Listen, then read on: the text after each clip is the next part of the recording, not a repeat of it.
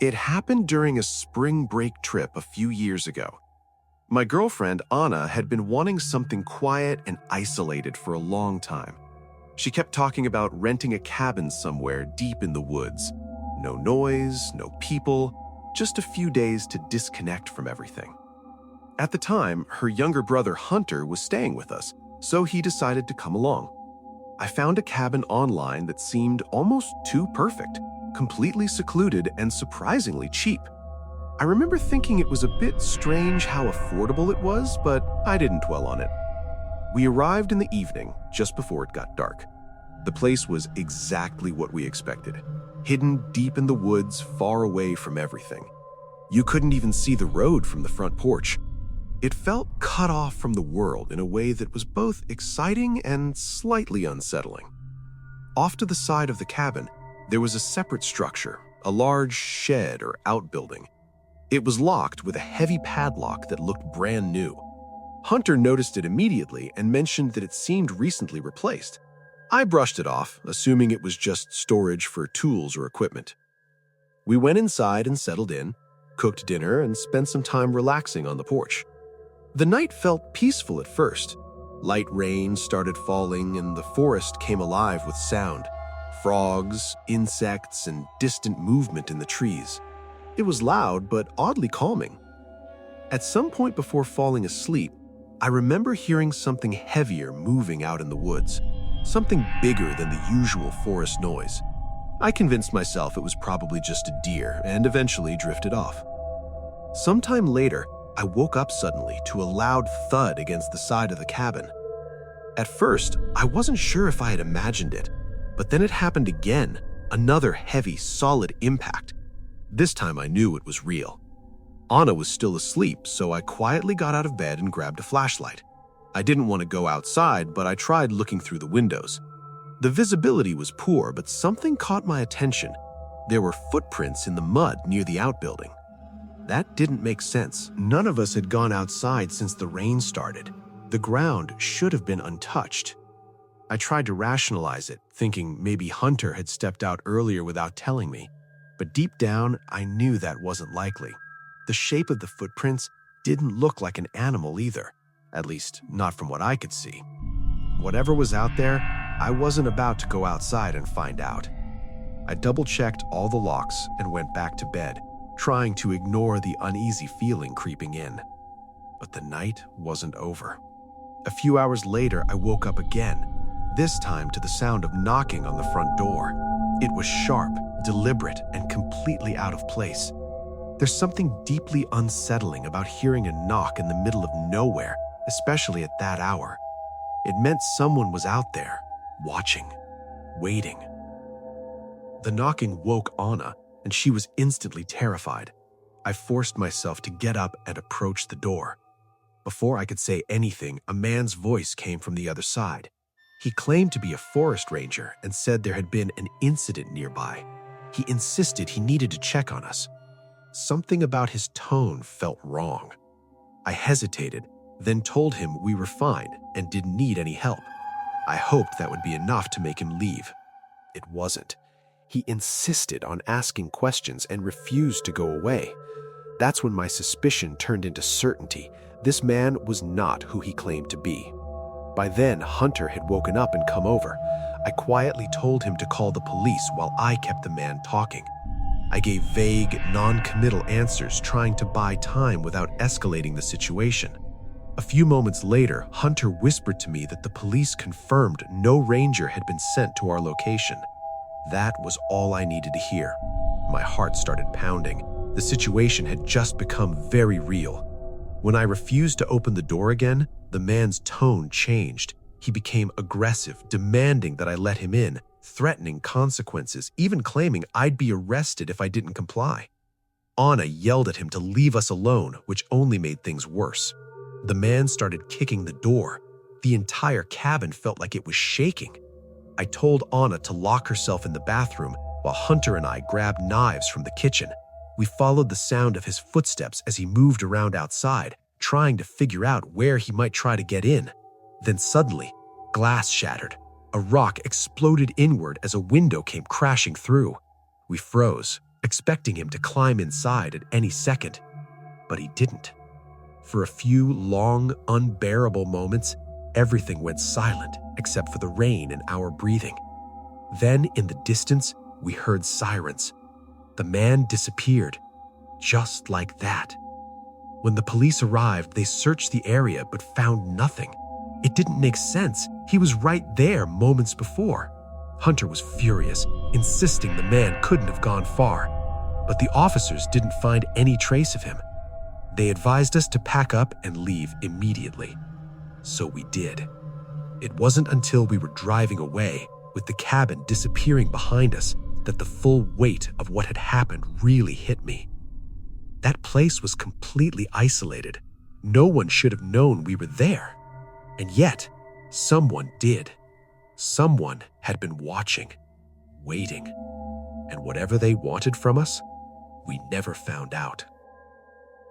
This happened during my final year of college. I was part of a fraternity, and one of the traditions at our university was spending spring break traveling in large groups with friends and affiliated sororities. These trips were never small, usually dozens of people sharing the same hotel or rental for an entire week. That year, our group decided to go to a popular coastal city. Within a short time, nearly 40 of us had booked rooms at a resort. It was chaotic, loud, and exactly what you'd expect from a group of college students looking to escape reality for a while. The story, though, isn't really about me. It's about my friend Sahil. Sahil was one of those people who could turn any situation into something more intense than it needed to be. He was fun, outgoing, and genuinely a great guy, but he had absolutely no sense of caution. If there was a risky decision to be made, he would be the first one to make it. A few days into the trip, a group of us went out to a large nightclub in the city. The place was packed, music blasting, lights flashing, people everywhere. It was the kind of environment where you could easily lose track of someone in seconds. At some point during the night, Sahil started looking around for something stronger than what he was drinking. A few of us noticed and immediately told him to forget about it. We were in a foreign country, didn't know the area well, and none of us spoke the local language. It was a bad idea in every possible way. He said he understood, but we all knew he didn't. For a while, we kept an eye on him, but the club was huge and crowded. Eventually, we got distracted, assuming he was somewhere nearby. As the night went on, it became obvious something was wrong. Sahil wasn't answering his phone, messages weren't going through, calls went straight to voicemail. That alone was unusual. He was the kind of person who always kept his phone charged and on him. What started as mild concern quickly turned into panic. After searching inside the club for a while, we decided to head back toward the resort, thinking maybe he had already left. Outside, the streets were chaotic, with people trying to find rides. We walked a short distance away from the crowd and started arranging transportation. That's when we saw him. Sahil was stumbling toward us out of the darkness. The moment we got closer, we knew something had gone terribly wrong. His clothes were torn, his face was swollen, and he could barely walk properly. He looked like he had been through something violent. We rushed him into a car and got him back to the resort. At first, he didn't want to talk about what happened. He kept saying he'd explain later. Eventually, once we were inside and things had calmed down a bit, he told us everything. He said he had approached a man near the club who seemed to understand what he was looking for. The man didn't speak much English, but there was another person with him who acted as a translator. Right away, Sahil felt like something was off, but instead of walking away, he ignored that feeling. The man offered him a small sample, which only made things worse. After that, Sahil's judgment completely disappeared. They told him they couldn't continue the deal inside and asked him to step outside. He knew it was a bad idea, but he went anyway. As soon as they exited through a side door, things escalated quickly. There was a car waiting nearby. Before he could react, they forced him inside. They drove for a while. He couldn't tell how long because he was disoriented and panicking. While the car was moving, they went through his pockets, taking everything they could find. When he tried to resist, they beat him. They took his valuables, destroyed his phone, and left him with nothing. At some point during the drive, one of them asked why there were so many tourists in the city. Without thinking, Sahil mentioned that he was part of a large group staying at a nearby resort. That detail may have saved his life. The two men started talking among themselves. Not long after, the car stopped and they threw him out onto an unfamiliar road. He had no idea where he was. With no phone and no sense of direction, He started walking, just guessing which way might lead back toward the city. Somehow, by pure luck, he chose the right direction. Eventually, he found his way back toward the area where we had been, and that's when we found him. Even now, thinking back on it, it's hard not to wonder what could have happened if things had gone slightly differently. If he hadn't mentioned the group, if they had decided not to let him go, if we hadn't been there when we were. We briefly discussed going to the authorities, but ultimately decided against it. The situation was complicated, and none of us wanted to risk making it worse. Aside from the few of us who were there that night, no one else ever really knew what happened. But it was a harsh reminder of how quickly things can go wrong, especially when you ignore that small voice telling you something isn't right. I've kept this story to myself for a long time. Even now, I'm not completely sure how to explain it in a way that makes sense, because the more I think about it, the less it does. This happened during my junior year of college, over spring break. I've always been a naturally cautious person. Some might say overly cautious.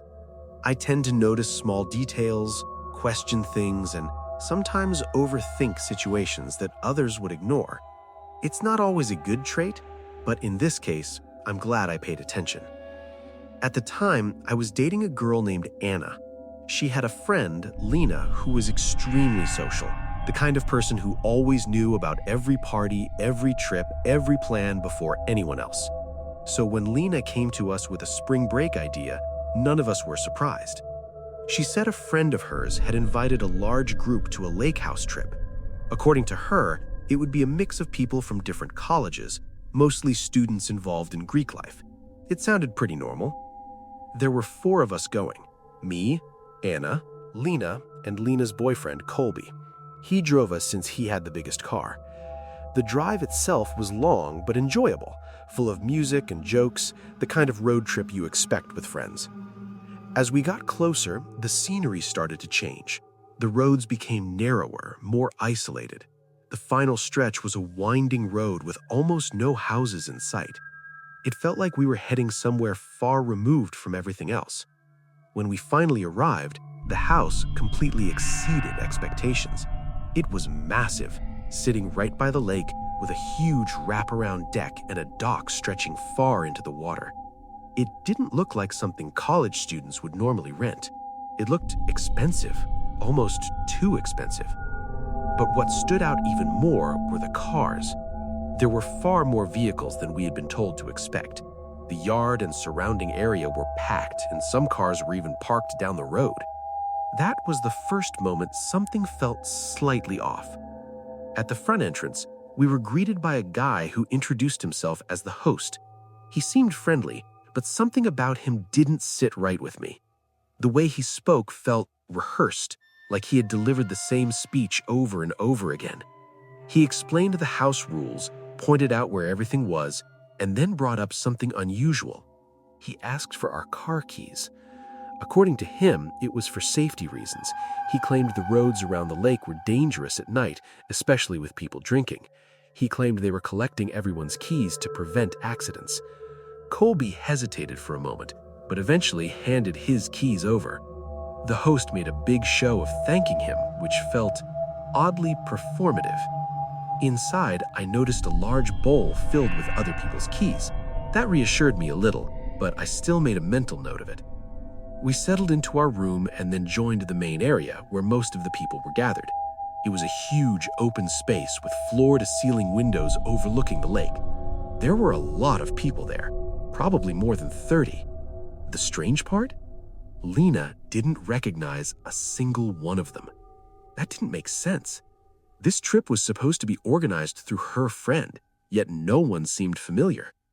Still, the night went on. We socialized, played games, drank, and for a while, everything felt normal. People were friendly, conversations flowed easily, and the atmosphere was lively. But there were small things that kept bothering me. The host didn't really participate in the party. He moved around constantly, watching, observing. At one point, I even saw him holding a clipboard, writing things down. Another thing I noticed was how the groups interacted.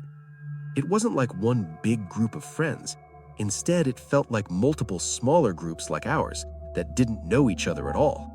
Almost everyone had come with their own set of people, except for a handful of individuals that seemed different. They interacted with each other more naturally, like they were already familiar. I mentioned some of this to Anna, but she brushed it off, saying I was overthinking things. Maybe I was. The next morning, I woke up earlier than everyone else. I went downstairs, made some coffee, and stepped outside onto the deck. That's when I noticed something strange. The bowl of car keys was gone. I didn't think too much of it at first, but it stayed in the back of my mind. Later that day, I saw a couple packing their belongings. They said their goodbyes and drove off. I remember watching them leave clearly. That night, we were all sitting around a bonfire near the lake. As I looked across the fire, I noticed a couple sitting on the opposite side. It took me a moment to process it, but then it hit me. It was the same couple who had left earlier. I was absolutely certain. I told Anna, but she didn't believe me. From her perspective, it sounded like I was confusing people. Still, I couldn't shake the feeling. I went to check the driveway. Their car was gone. When I returned to the bonfire, the couple had disappeared. That's when things started to feel truly wrong. The next morning, I went for a walk down the road. I needed space to think, to clear my head. About a short distance away, around a bend where the house was no longer visible, I came across a small storage building, and parked beside it was the couple's car. Hidden, not gone, just moved. That moment changed everything for me. I walked back in silence, trying to process what I had just seen. Why would someone pretend to leave? Why hide their car? That afternoon, I confronted the couple. I asked them directly if they had left the day before. They laughed it off, acting like I was mistaken, but their reaction felt forced. And suddenly, it felt like people around us were paying attention. Conversations quieted, the atmosphere shifted. I felt watched. Later, Anna admitted she had noticed strange things too, people giving identical answers when asked simple questions, like they had rehearsed their stories. That was enough for me. I told everyone we needed to leave. Colby and Lena didn't take me seriously at first. They thought I was overreacting. But eventually, after some arguing, we agreed to leave the next day. That night, I barely slept. The next morning, something felt even worse. People were staring at me. Not casually, intentionally, like I had done something wrong. I walked straight up to the host and told him we were leaving and needed our keys. His reaction was unsettling. At first, he smiled, but it didn't reach his eyes. He kept trying to convince me to stay, bringing up plans, events, anything to delay us. When I insisted, his expression changed completely. The smile vanished. The atmosphere went quiet. I could feel everyone watching. Then, someone from across the room said, "That's not a good idea." I didn't respond. I just repeated that I wanted the keys. After a long pause, the host agreed and told me to follow him. He led me through a series of hallways into a room where dozens of keys were hanging on hooks. Without asking, he picked out ours immediately. That told me everything. He already knew which keys belonged to who. Before handing them over, he looked at me and said quietly, "You're making a mistake." I didn't respond. I just took the keys and walked out. Within minutes, we packed our things and left. As we drove away, I looked back at the house. There were people standing on the deck, watching us. Not waving, not talking, just watching. Later, Lena finally got in contact with the friend who had supposedly invited her, and that's when everything fell into place. Her friend had never sent those messages. Her phone had been stolen weeks earlier, which meant someone else had invited us there. Someone we had never met. To this day, I don't know what that place really was, but I know one thing for sure. If we had stayed even one more night, something bad would have happened.